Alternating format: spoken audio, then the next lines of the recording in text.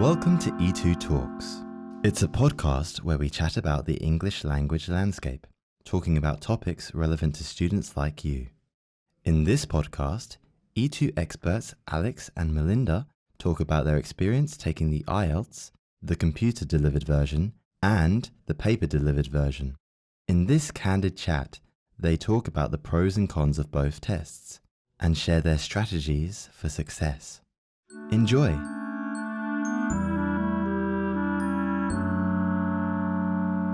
Welcome to this podcast all about our experience with the IELTS test on the computer and also the paper-delivered test. My name's Alex and I'm the head of IELTS here at E2Language.com, and joining me is Melinda. Melinda is our head of PTE. Hi, Melinda. Hi, how are you, Alex?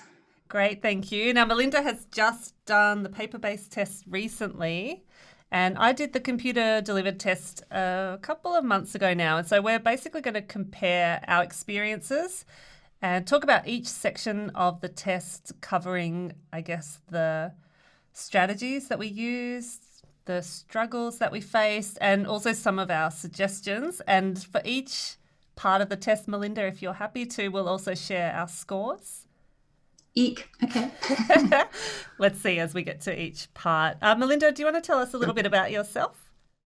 Okay, I've been with E2 for about 3 years, and as you said, I'm head of PTE. And basically, I've been teaching for 100 years, for a very long time. So I've actually had a fair bit of experience teaching IELTS. And some time ago, I used to invigilate the IELTS test, and that basically means that I was the person that stood in the room and said, stop talking, put your pen down, do this, do that. I was the bossy person out the front. So I've had and I've been teaching it for quite a number of years. So I've had a fair bit of experience with IELTS, but this is the first time I've ever actually done it. Me too. This was my first time doing the official test, but I've done, I think, every practice test about 200 times while I've been an IELTS teacher. And I was also an IELTS examiner in speaking and writing for a number of years. So I think between us, we've got the test completely covered. And we've also... Theoretically. we also write the content for the E2 materials as well. So I guess that covers our preparation. Our preparation has been teaching for the test. Did you do any special preparation before you actually took it this time? No, I do remember, though, I mentioned to you that I was going to do it, and you asked me that question, and I said, well, no, actually, I haven't had time. And so you gave me one piece of advice. Yes. And your one piece of advice was about the task 1 writing, and you told me to make sure I had an overview in there. So I did that. Okay, well, hopefully that's reflected in your score when we get to that section. And I guess the reason that we should cover why we took the test. Luckily, we didn't need it for migration or anything like that, but it was really just for research purposes. So I had worked in centres, as you did, where they conducted the paper-based test, and I was curious to see how the computer-delivered test differed from that. So I wanted to see the interface for the whole test, which is not available yet online. The IDP doesn't really make that available. And also I was just curious. I had been to an open night at the centre and it looked like it was a really comfortable and nice environment. So I was, just curious, I suppose. Yeah. And part of being a teacher, I guess, is to really experience it from the candidate's point of view. And I think that's important. So my motivations were pretty much the same. One other motivation, perhaps, though, was that students often ask me, should I do PTE or should I do IELTS? And my answer has always been from a theoretical point of view. So to actually do the test is quite interesting. It's given me a different perspective. Did it change your mind? No, not really. But I do have insight, particularly into the emotional roller coaster that I went through, and I imagine a lot of the candidates went through doing the test. I don't know if you want me to talk about that now. Or... Yeah, let's talk about that, the actual day of the test, how you felt in the morning, what you did, what was the vibe in the test centre. And I'm not sure if we should mention where you took it, but it was somewhere in northern Australia. It was in Queensland, yes. I don't want to mention the exact centre. Okay. I found that when I walked in the morning, I wasn't sort of nervous. It wasn't a high stakes test for me, as you said, doing it out of sort of professional interest, really. And so I was quite relaxed, and I was just chatting to other candidates. And for them, it was high stakes. They were obviously a little bit nervous, so I sort of tried to help them to relax a little bit by just casual chat. And I was in charge of the whole thing. No problem at all. In charge of my emotions. And we started off standing in a queue, and it was a bit boring. But hey, okay, I guess you have to do that. And I'm almost at the front of the queue, all good. I didn't know why I was in this queue. And then the next thing that happens is I get to the front, go around the corner, and there's another queue. And again, I didn't know what the queue was. And this happened about, I think it was 5 times I was in a queue, and I didn't know why I was in this queue, what was happening next, and how far away I was from the test. So by the time I actually got to my seat in the exam room, I was sort of quite irritated and annoyed. I'd gone from, this is easy, I'm calm, I'm cool, to being quite irritated. Why am I standing around in queues? Why am I being herded around? Why am I being told to be quiet? I found it really frustrating, and I was just too impatient. And so I was wondering, other students, how do they feel about this? Like the ones I spoke to were sort of putting on a brave face and obviously didn't want to say, I'm a nervous wreck. But that's how some of them kind of felt. It was an emotional roller coaster, just all this queuing and not knowing what was going on. Do you think I didn't appreciate it at all. Sounds like a frustrating start to the day. Do you think it was a matter of not enough staff or just poor communication? Well, they had to get it. I think it was poor communication, but then it is difficult. There were 200 of us, and how do you communicate to 200 people without a loudspeaker when there's people everywhere? And part of it was that you come into the building, you've got to find your way to the right place to find your way to the queue, and then you've got to put your bags, all your bits and bobs in a room, and so you've got to go through that process. And then we had to go up a lift to the 4th floor, and obviously 200 people don't fit in one lift, so you're doing it, a few of you at a time kind of thing. And then there's another queue for registration and another one I was just really annoyed. Maybe there could have been signs saying why I was queuing up and what for, I don't know. Or maybe if I'd known, I was just expecting, find my seat, sit down, let's start the test, I'm ready. It wasn't like that though. It sounds very different to my experience. I think it was the total opposite of that. I should preface this by saying I don't work for IDP, but I think they're going to come off looking, or their test centre is going to come off looking a lot better than your one. The test centre here in Melbourne, at least, I think there's a maximum of 24 candidates, and there was a really nice waiting room. There was Jared was there. He said he thought he was going to a yoga class. There was pipe music coming out of the speakers, and there was an aromatherapy thing, sort of puffing. Come on. Puffing scented air out, and there was a little video playing telling us all about the test. The staff were super friendly. We did have to wait. That's still the case, but there were chairs, and there was something to watch on the screen. People still had their phones with them, and eventually we were put into a waiting room, which was also really comfortable, and then finally moved into the assessment room with the no speaking policy. But it was very low stress, and I think everybody there felt pretty calm. Interesting. So very different. Right. Okay. Yes, very different. What about when you had to go into the test room and there was no speaking? For me, that was another frustrating thing, because that came after all of this standing and waiting. I don't know why or what's happening. Then we went into the exam room and we had to sit. It was exam conditions. We had to sit in silence, but the test didn't start for another 25, 30 minutes. And there were people who'd been in the room before me, so they were sitting there in silence for 40 minutes. And the invigilators, the people at the front were saying, no speaking, sit down, be quiet. I said, no speaking. What are you doing with that? You shouldn't have that bottle in. I was like, what? I felt like I was in kindergarten or something. We were just all being told off all the time. Yeah, I remember that. Did you have to wait that long? I'm not sure how long it was, but it certainly didn't feel like that. But I have seen that sort of atmosphere in other test centres, and I have noticed it, but not in where I took the test, luckily. But I think that's something to be really conscious of as a student, that you may have to wait for an hour or more, and you need to sort of adopt strategies to calm yourself down. So maybe some deep breathing or meditation, or just reciting songs or something in your head to keep yourself calm, because you can't give in to that stress and that frustration and get off on the wrong foot with the test. So the first... Yes, I think that's a really important piece of advice. How about the first... let's talk about the order of the test, because computer-delivered IELTS and paper-based are different. And I also think Australia's paper-delivered test is different to around the world. What was the order of your test on paper? I was surprised by it, actually. It was writing first, then reading, listening, and finally speaking.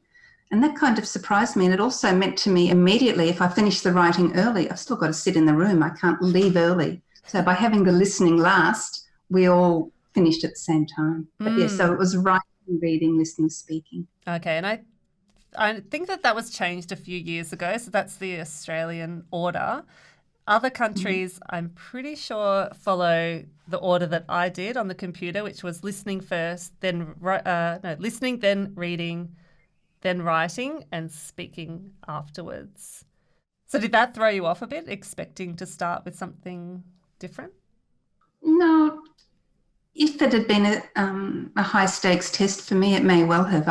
I think that I was flexible enough because it's my first language, but if I'd been doing the test in another language, it may have caused a panic. I don't know. Okay, let's talk about the reading test. Can you remember the topics, first of all, and maybe some of the question types that you got in that section? Yeah, I can remember my topics. I wrote them down as soon as I finished the exam, actually.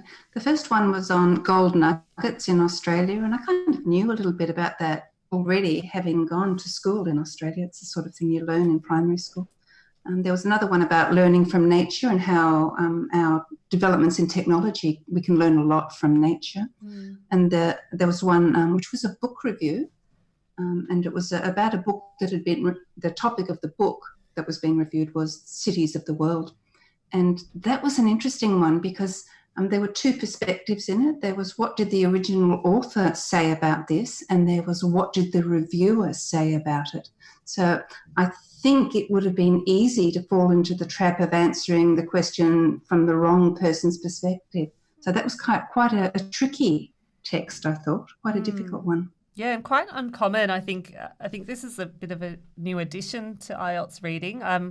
In the more recent practice books from Cambridge, I have seen a review or two, but in the older tests, I think that text type wouldn't have appeared. So that's interesting to note. My topics were, drumroll, legumes, like beans. And interestingly enough, I have done I've done a similar reading on a practice test, and I remember feeling like, oh, that was actually quite interesting. And I thought, sort of thought the same this time. It's a very fairly dull topic, but there was some good questions in there. And there was also, my second reading was about something to do with psychology, and there was a name that I recognised from other IELTS readings, Daniel. I think it's Kahneman, his surname. He seems to be an IELTS darling, appears in a few texts. And then the final reading was about Mars. And so I think we covered quite a good spectrum of topics there. All the big I was quite interested, actually. I've always known theoretically the first reading text should be easiest, and then there's one a little bit harder, and the last one should be much harder. And yet looking through the practice tests, they're not always like that, but in my test, they were most certainly in that order. First one easy, last one really hard, and the middle one, so-so. Yeah. Were yours like that as well? I'm not sure that I found them...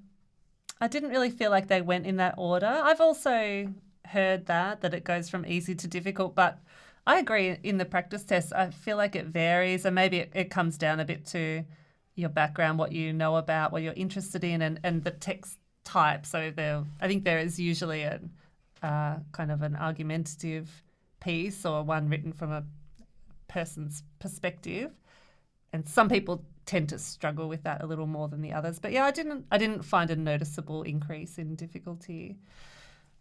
How about strategies? Was there anything that you used or didn't use? Yeah, actually, I used the strategy that we teachers are always going on about when telling students what strategies to use.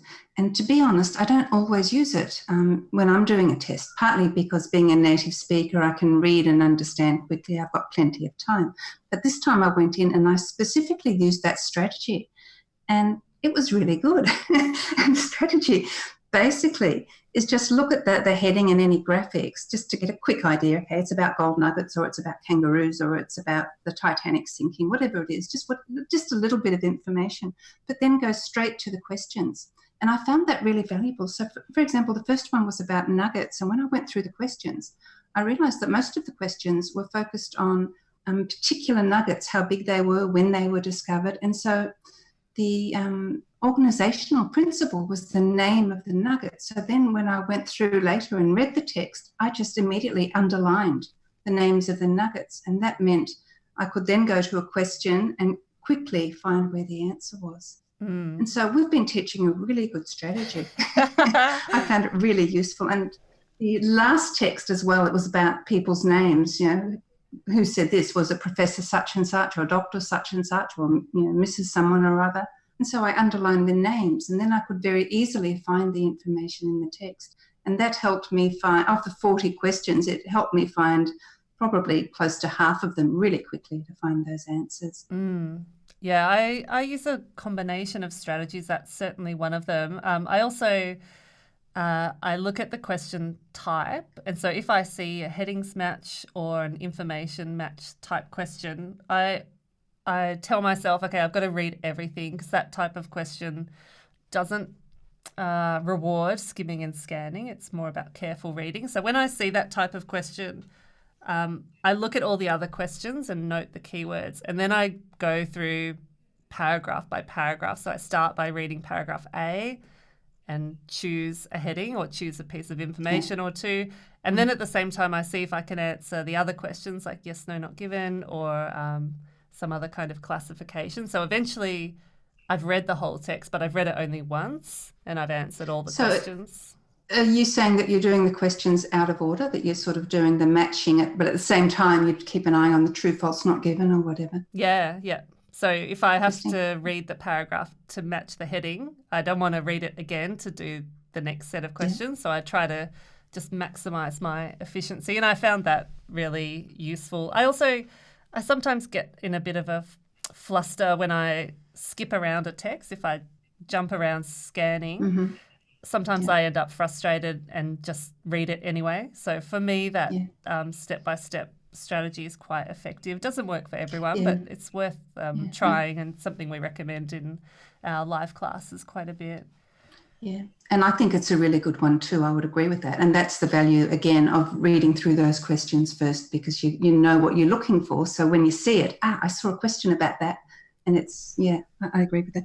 But you reminded me actually talking about true, false, not given and matching. I got both of those question types, and they're my least favourite question types. As soon as I see true, false, not given, my heart sinks. Or matching I just find boring. I can do it, but you have to be methodical. You have to go through it and really think carefully about it and be able to rule answers in and out. And true, false, not given, I always, always, always get stuck. Is it false? Is it not given? Is it false? Sometimes it's clear. Other times it's, well, logically it should be this, but I guess I'm second guessing the person who wrote the question. What answer are they expecting? And so I get a little bit thrown by true, false, not given. I think they're evil questions. Yeah, there is a balance there, I think, between really thinking about the question and overthinking the question. You can end up going around in circles, but I would recommend, Melinda, that you watch my video on True, False, Not Given on YouTube before your next test. Okay. I'll do that. All right. So should we talk about scores? What did you score in the reading? Well, this is really embarrassing because I know what you scored. I got 8.5, and I think that means I got at least 2 questions, or is it just at least 1 question wrong? Yeah, so 38 would be an 8.5, 38 out of 40. Yeah, nobody knows for sure, but it's probably 38 or 39. So maybe it was just one true false not given through you. Yeah, that's what it was, yeah. So I figure I got 1 or 2 wrong, but yes, 8.5. Okay, and I scored a perfect 9, as you would expect. After doing so many years of preparation, I was happy with that. All right, let's go on to listening. Okay. Firstly, let me ask you about the logistics of that. You said you're in a room with about 200 people. How was the audio quality, and were other people sniffing and rustling papers? Yeah, well, again, I felt we were treated like little children. Because we didn't have our own headsets, it was just the audio in the room. And it was quite loud, a little bit too loud for me, but hey, it's okay. It was in a range that wasn't going to be deafening. But the invigilator basically said, is it too loud? Put your hand up if you think it's too loud. No one put their hands up. I said, put your hand up if you think it's... And then she did the same thing. Is it too quiet? No, I said, put your hand up if it's too quiet. And really? I figured they should have experience. They should have an idea of the volume. It's good to give us the opportunity to say, I can't hear it, I guess. But yeah, it's just being treated like little children. And that's just my frustration. And it's part of, I guess, what you need to be prepared for if you're doing the pen and paper test. Mm-hmm. But yeah, there was no distraction from other people. I mean, the questions begin and you're just focused on listening and reading. Mm-hmm. Okay, so I guess taking it on the computer is less frustrating in that regard, that you have the headset and you're able to adjust the volume as you wish. You can also adjust the size of the text on the screen. You could even adjust the colour of the text and the background on the screen. So, excuse me. It was quite delightful. Yes. And no distraction. So I really enjoyed taking it with the headphones. And actually, I spoke to. Sorry to interrupt. I just thought of something. There was one guy that I spoke to before the test. He was an older gentleman, very nice, from Lithuania, and he had a hearing problem. And I noticed in the test he was sitting way on the other side of the room, but I noticed that he actually got an earphone and he got a headphone. If people do have a problem with hearing or if they're stressed about it, I think it's good at some point to notify the invigilators that you need assistance with that. Yeah, that's a great point, actually. And in fact, if you're applying, that would be a special consideration. And if candidates do need to apply for that, if you have hearing problems or vision problems or learning difficulties, something like that, it's too late on the day, actually. So he would have organised that probably months in advance. Yes. They recommend booking, I think it's 2 months in advance if you want to request special consideration. So I guess anyone listening who's thinking of that, make sure you plan well in advance and find out what allowances can be made. Yeah, definitely. Don't be shy. Actually do it. If you need assistance, you should ask for it. Mm-hmm. Yeah. And when we talked after your test, you said that you had... raced ahead and wished you hadn't in the listening test? Yes, I did something really... I did a number of very foolish things in the test, but one of them was in the listening, I think it was questions 20 to 25, somewhere in that part of the test. It was just one section and they'd gone through there'd been discussion of all 5 questions, so I'd put in all 5 answers and I was bored, so I just turned the page and I was reading the next questions. As I was reading the next questions, I wasn't quite sure, but I thought that I heard them say, oh, no, not coffee, I mean tea. Something like that, where you think they give you an answer and then they change their minds later. And I wasn't quite sure. And so I didn't know, should I change my answer? Shouldn't I change my answer? But if I had been doing the right thing and listening and focusing, I would have caught it and I would definitely have had the right answer. I would have been confident. But I just lost a bit of confidence because did she say that or not? I don't know. So the lesson there for me was don't race ahead, don't be cocky and overconfident. Do what you're told when you're told. Well, that's really interesting because I would actually often tell people to race ahead, to check whenever you've got a bit of extra time. Go to the next section. Proviso. Yes, proviso though. When they finish a section, they say one of two things. You probably know when exactly they say it, but they either say, now you have 30 seconds to check your answers, or they say, now you have 30 seconds to read the next 5 questions, whatever it is. When they give an instruction like that, I think you've got a choice. You don't need to check your answers if you're confident. Just go ahead and read the next part. But you shouldn't be reading and listening at the same time. And that's what I was doing, and it was really silly. I see. Yeah, you're right. When they say check your answers, that's exactly what I would say is don't do that. Read ahead, turn to the next section. Yes. And on the computer, I was curious to see whether, even if I was in section 1 waiting for section 1 to start, was I able to click through and look at section 4? Which I was. So every chance I got, I moved particularly to section 3 and 4, which are the more difficult ones. I used those gaps in part 1 and 2 to just look through and see what the topic was, what type of questions, particularly looking for multiple choice, which have so much text in them. I that's interesting. Yeah. I found the listening fairly easy, I must say. There was one question I think that I second guessed myself, but otherwise I felt that I was very well prepared. I knew exactly what to expect in part 1, 2, 3, 4. It always follows the same system, which we cover just endlessly in our live classes. And so there were no surprises. And I think that would be something for people to be aware of. For example, you're always going to hear a lecture in part 4. It's almost always going to be a gap-fill type of question, and it's an academic context. I think that kind of information is going to really help you out on test day. Yeah, I felt the same thing, that it went as expected, and the only thing that didn't go right was me reading ahead. And my score in that you're about to ask, so I'll tell you anyway, 8.5, and it was probably because I made a mistake on that one question that I wasn't listening to properly. Lesson learned. So your score was? I got 9 in that. Wow. Thankfully. Yeah, and I felt as I said, there was one that I wasn't sure, but everything else I was certain about. And the computer-based listening, I was a little anxious about, because I'm a big note taker when I do practice tests. And when I listen to anything, if it's important, I always take notes or write or at least draw a picture or something. So I was worried about being a passive listener, but you can highlight on the screen and you also get a pen and paper. So I felt like I was very engaged. I wasn't just sitting looking at the screen as I was worried I might.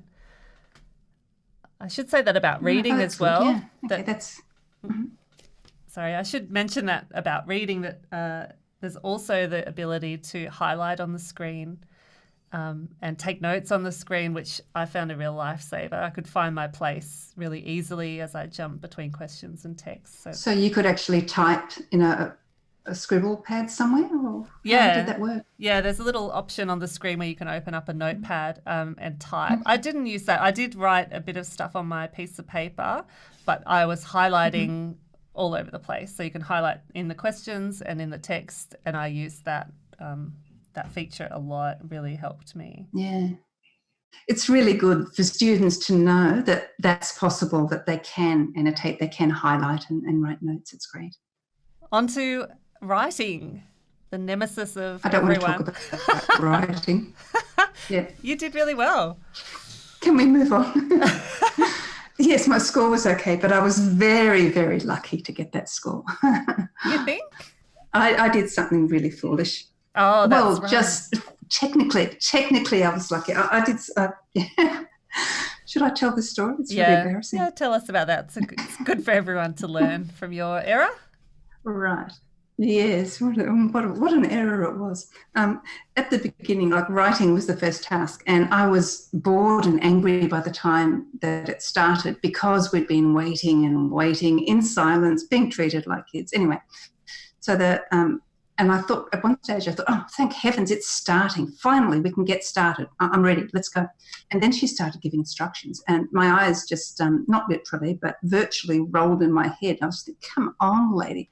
She was going on about how the task 1 writing paper has a blue line across the top and it's got task 1 written on it. The task 2 writing paper has a red line. It's got task 2 written on it. So don't make the mistake of writing on the wrong paper.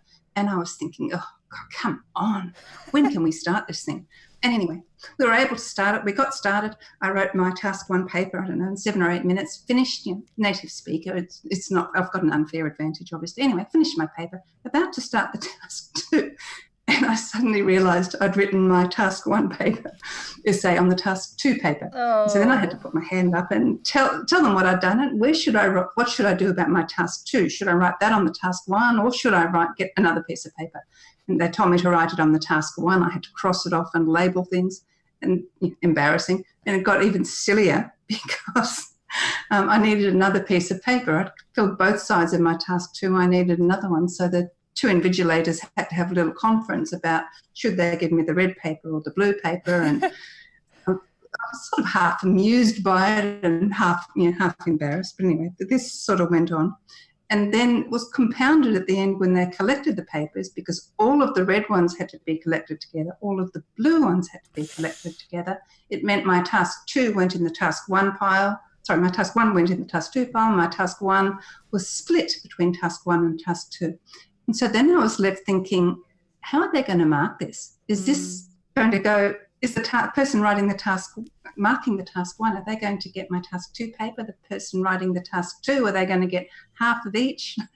And so I imagined I was going to get 4.5 for writing because of my silly mistake. So that's fairly stressful, fairly embarrassing and partly amusing. I was able to laugh at myself. You're like the most impatient IELTS candidate there ever was, I think. I could be. I might just be that. Oh, it looks like somebody must have fixed that up before it went to the examiners, I guess. I think they would have loaded it into a computer system because it gets sent off to remote markers now. Right, yes. So I guess somebody I was helped. aware of that. Yeah. Yes. So somebody did the right thing and helped me get the mark that I must have earned. Yeah, well, you scored very well. I think so. We ended up getting the same score, which was 8.5. But I must confess that I actually scored an 8 and then I sent it off for remarking because I was so furious and thought that I deserved a 9, of course. But it came back as 8.5, so that was good. I still would, like most people, I would like to have a look at the criteria and see where the examiner disagreed with me. But I think everybody, Jared's had the same experience when you're an English teacher, a test expert, I guess. You expect to get a certain score. But, yes. it just happens in the writing and in the speaking. There is a little room for subjectivity, unfortunately, no matter how rigorous their standards are. But I think coming off that, now when people ask me about challenging their score, particularly those who are on 6.5 and need 7 or 7.5 and need 8, I feel like if you can afford it, I would always take that option. I know so many people whose score has gone up, including me, including Jared, several times his score has increased. So it's not a good thing for a test to have to do that or to have to offer that, but it seems like that's definitely a very good option for people. So would you recommend that to everyone or just to people who think that they should have done better, that previously they've done better or their teacher, they were expecting a certain score and they got below it? Or would you? Yeah, I think for everyone? Or? No, not for everyone. You're right. I think if you're just taking the test over and over and over and you're scoring the same thing, then that is a good reflection of the test. It's giving you the score for a reason. But if let's say you did get 6.5 and then you did a few months worth of work and you worked, with a teacher and you got feedback on your writing and you felt like you've made improvements, that you're better than you were, then in that case, I would go for it. Yeah, but it's not an... Yeah, and particularly if you've just missed your score by half a mark or something. Yeah. Like if you're just below what you need for immigration or entering a master's course, whatever it is, if you're just below and you think you should have scored higher, Exactly. Yeah. It could be 0.5. worth it. How does that? Yeah. How does that work? You pay the money, and if they $140, I think. It's 107, maybe 176, something like that. Over 170. Okay. And wow. And if they change your score, you get that refunded, or you don't get it refunded? Yeah. If your score goes up, you get your money back. So yeah, it was funny actually the day Jared and I had both challenged, and we saw in our bank accounts that money had come back. So we knew, yeah, but we weren't sure how much. Yeah. So that was good. We'll just talk quickly about the topic. So I had in my task 1 a couple of line graphs talking about the past to the future, which is almost exactly the topic that we have in one of our live classes, actually. Interesting. Yeah, so I just dealt with that in the same way as we teach in our classes and in our course materials. My task 2 was about job interviews, and it was an agree-disagree essay about whether job interviews are a reliable judge of a person when they're applying for a position in a large company. How about you? Yeah, I had bar graph. Task 1 was bar graphs, 2 bar graphs, and there was a lot of information. So it was one of those ones where you just had to select a few things to talk about. So the first one was male and female students enrolled in science courses at a university comparing 2 different years, I don't know, 1970 to 2012, something like that. And then the second one was about the number of enrolments in 3 different science subjects. So there was a lot of information there. And it was one of those ones you couldn't possibly talk about everything. Mm-hmm. You just had to select a few key things, and work with those. Task 2 was reasonably straightforward. It was problem solution. Mm-hmm. It was talking about our increasing consumption of consumer goods, and that's degrading the environment. And the question was, why is that the case, and what can we do about it? So it was a classic problem solution. It was quite easy to address in a fairly structured and methodical way. Mm-hmm. So I know you mentioned your trouble with the answer sheets, which one to write on. What about physically? Did you find it a strain to hand write the amount that you had to? And also, did you count your words, or were you conscious of your word count as you were writing? Yeah, I did, and I literally counted my words. One way is to count across and say there's 8 words on a line, and I've done 10 lines, therefore 80 words. But I actually went 1, 2, 3, 4, 5 all the way through. And when I got to the limit, then it was fine. When I sort knew how many words I had on the page, it was fine. I guess that's so I do literally count the words. Mm-hmm. I think that's another benefit of the computer. There's a word count on the screen, which is such a huge advantage. Really? Yeah. Wow. You can also copy and paste, so there's an hour ticking away on the screen, but you can swap between task 1 and task 2. So I actually started with task 2, which is what we advise people to do, so that I didn't spend too long on task 1, and then came back to task 1 within, I think, 20 minutes. Yeah, that was interesting. Like, I could look around the room and see the other 199 candidates, and a lot of them did that. A lot of them actually did their task 2, unless they all made the same mistake as me. A lot of them started with their task 2 paper. Yeah, I think it was good. I actually wasn't sure if I would adopt that strategy, but I think it was really good. It saves you from spending too much time on task 1, which is very tempting once you get buried in it. And let's finish with the speaking test, which is regardless of whether you're doing computer delivered or paper delivered, it's the same thing. It's still one-on-one with an examiner. Can you remember what your topics were? Yes, and they were all unusual. I said earlier that I've been teaching it for a very long time. All of these topics were new to me, which is really interesting. The part 1, there are a few different topics. So they were talking about jobs. And then they talked about a few questions about haircuts and hairdos, and a few questions actually about jeans. And then the part 2 was about the night sky and the stars. I had to speak for 2 minutes about the night sky and the stars. And then the part 3 questions were related to that, of course. So it was stars and children's imagination, and stars and their importance to people. Is their importance waning, reducing in society? So they were all very different topics. They're quite interesting. Yeah, a good range. My one, so at the start of part one of speaking always begins with either what you do, work or study, or where you live. And I was asked about where I live, and then questions about how I get to work. And the other set of questions was all about handwriting. And my part 2 and 3 were all about intelligence. So part 2, I had to talk about someone I know who is intelligent. And so I just gathered all the most interesting information I could about a variety of people that I know and created a mega mix of them. So it was probably 50% made up and 50% real. And I tried to use the PPF method. I talked about the past, I talked about the present, and about the future, including this one person.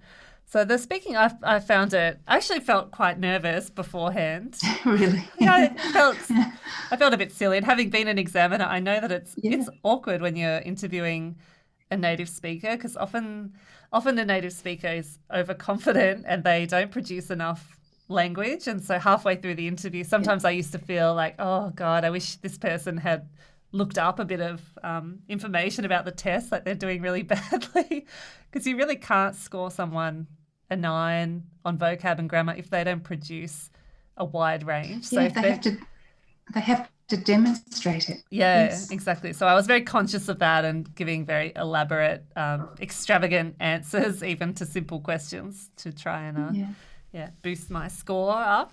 And I think we both did a good job in the speaking. Yes. I can proudly say I got a 9 for that one. Me too. One strategy I think is really important, though, is to actually, in the 2-minute turn, in the second part, to actually take some notes. You've got a minute to do it, and you should write down some things just in case you go blank. Or I find it a really good strategy, and I would encourage anyone to just write down a few different ideas. If you get stuck, you can say, oh, and another thing that reminds me of is, and go off on a slightly different tangent. Mm-hmm. Yeah, I agree. I think I actually wrote down a few bits of vocabulary that I wanted to make sure I produced, or some expressions. Really? Yeah, and I've advised people to do that sometimes as well. If you've got a few pet words that you want to remember to include, part 2 is the place to do it, because you've got that time to prepare for it, whereas part 1 and 3 you might not get the opportunity to use your big guns. So, Right, but you do need to make sure that you're still relevant to the topic, or that you're not just using the words for the word's sake. They need to fit in there. Yeah, exactly. I think that's a bit of a danger as well. Yeah, yeah, I guess a word like inevitable is a word that you can kind of get into any situations. There are a few words like that there's power words. But it's inevitably an opportunity. Exactly, because you can always say, well, it's not inevitable, it's just possible. Yes. And so the test overall, it seems like the computer-based experience was certainly seems like much less stressful, much less yelling was going on than what you experienced and what I've experienced in test centres. But having said that, each test centre is different from each other, and the invigilators have a different style. And so I guess what would you recommend to students, regardless of where they're preparing? What are some of the takeaways from your exam? Well, my exam was, what surprised me, I suppose, was my emotions going into it, from being quite relaxed to being agitated, irritated, annoyed, angry, embarrassed, amused, like just this range of emotions I went through. And I hadn't really expected that. I kind of thought I'd be, hey, cool, calm all the way through the test. Do you think that affected your performance?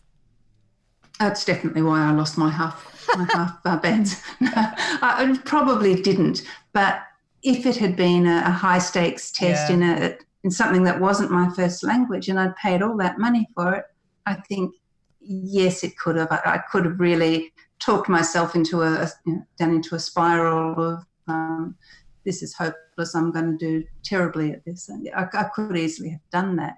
And I suspect that some students do that. Yeah, I think, and, instead of talking themselves up, they talk themselves down. Yeah, absolutely. I think, anxiety is going to come into it, and stress, and start thinking about what's riding on this test. And perhaps your experience of getting irritable is a classic native speaker or expert speaker reaction where and often people feel like, well, why do I have to be here? I know how to speak English, but at the end of the day, it's a box that has to be ticked for some people for migration or professional registration, and regardless of how annoying it is, your job is to do your best on the day, present your best language, I guess, and try to keep that in mind as you prepare for the test as well. That it's not the best fun in the world taking a language test. The other thing is it will end. You're not going to be sitting in that test for the rest of your life feeling that. It's going to end. And you can walk out into the street and breathe fresh air afterwards. Yeah. Yeah, I think a lot of the test preparation is really that mental game, and to some extent also stamina, like sitting there for 3+ hours and concentrating is, I mean, I can't remember the last time I did that. I can barely read 2 pages of a book without checking my phone or turning on the TV. So part of preparation is training yourself to concentrate for big stretches of time. And I found really helpful was a lot of positive thinking. I think I told you when I was doing before the reading test, I tell myself, oh, I'm so excited to read about legumes or whatever it is, or I can't wait to see what's on this test. And I try to mentally trick myself. And same with the writing. I think to myself, this is exciting. What am I gonna talk about or write about today? And also just sitting up and taking some big deep breaths was helpful, because you can really find yourself in a funk after an hour or two. Yes. Yeah, so you're kind of making a game of it, and the alternative to making a game of it, the bad alternative, is to think my whole life depends on this. If I don't get the score I need, I'm not going to be able to immigrate to wherever I want to immigrate to. Everything rests on this. I'm going to have to tell my family that I failed again. If you go in with that mindset compared to the mindset you were talking about, where this is fun, I'm going to enjoy this, I think it's going to affect your overall score, your overall outcome, your stamina, your ability to realize you've made a mistake. I think in speaking, for example, even if you've just said something silly, the strategy is to keep going, not to panic because you've made a mistake, and really focus on that. Just keep going. Yeah. Do your best in the rest of it. Yeah. And I think that positive mindset also comes from preparation. I'm sure everyone listening to this and our students at E2, they're preparing, they're working hard now before the test. And the more preparation you do, the more that you can turn up to that test centre and you know exactly what to expect on each part of the test, then the more confident, the more relaxed you can be. If you arrive and you don't even know what's coming up in listening part 3, for example, everything's a surprise, not always a good one. So I think, preparation is key. The more that you can get under your belt in the lead up to your test. And as you said, just like the test is going to end, the test preparation is going to end as well. Eventually you get that score and you can go back to Netflix and playing on your phone. But for a couple of months, it's really worth the investment to get across the test and do as much practice as you can. Yeah, absolutely. I completely agree with that. And there will come a day when you won't know what to do with yourself because you no longer have to study for that test. You've been there and done it. You can always pop into our live classes and just hang out. Yeah, well, you could do that. Yes. Encourage a few other people. So do you have a verdict on IELTS versus PTE, or perhaps that's for another podcast, another day? Well, I would say absolutely PTE. However, I'm comparing PTE, which is computer-based, to pen and paper IELTS. I think my experience of PTE is probably more similar to your computer-based IELTS, although there was no aromatherapy and soft music when I did PTE. Well, it made all the difference. I would recommend every test centre to invest in that. Yeah. For those who are preparing for PTE, they can find you in the E2 PTE course. Is that right, Melinda? Yes, they'll find me there, or they'll find evidence of my work because I've done a lot of the writing and design for that course. Mm-hmm. But yes. Okay, and if you're preparing for IELTS, you'll probably catch me in our live classes or in our course materials as well. I would just back up what you were saying before, Alex, about making sure that if you're sitting the test in the next few months, you're spending a lot of your time online, probably at E2. Make sure that you're doing the study, that you understand each part of that test and you know exactly what's coming up. That's going to be your best chance of doing well. Yep, great advice. And write your answer on the correct answer sheet. Sigh. Yes. Thank you for joining us, Melinda, and we'll see you again soon. A pleasure, Alex. Nice to chat. Bye. Thanks for listening to E2 Talks. Remember to check out e2language.com for IELTS courses and e2school.com for general English language learning. Thanks.